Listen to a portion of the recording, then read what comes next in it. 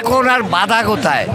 হ্যাঁ, এখানে করতেছে কিছু কুচক্রী মহল, আমরা তাদেরকে দাঁত ভাঙ্গা জবাব দেব।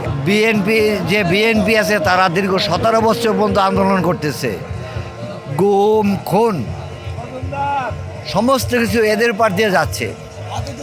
আমরা নগরবাসী দেখতেছি, কিন্তু হঠাৎ করে দেখলাম হ্যাঁ ওরা কিছু আসছে, ওদেরও কিছু আছে সাকসেসফুল, তার সাথে বিএনপি জনগণ জড়িত আছে।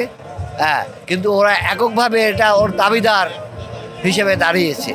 সুতরাং আমার মনে হয় ওদের মধ্যে এখনই শেখ হাসিনার স্বৈরাচারী একটা ওদের প্রচেষ্টা ওদের মধ্যে ঢুকে গেছে, বিশেষ করে আসিফ মাহমুদ এবং আসিফ নজরুল।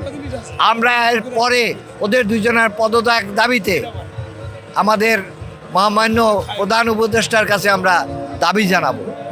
এই যে এত সংগ্রাম, এত আন্দোলন করছেন ইশরাক হোসেনকে ক্ষমতায় আনার জন্য, আসলে আপনাদের সেই প্রত্যাশাটা কি তিনি পূরণ করতে পারবেন বলে মনে হয়? সেটা এদেশের ঢাকার জনগণ সুন্দরভাবে দেখেছে। তার চলাচল, জনগণের সাথে তার মেশা, যে কোনো বিপদ আপদে ইশরাক হোসেন, তার বাবা ছিলেন ঢাকার অবিভক্ত ঢাকার মেয়র।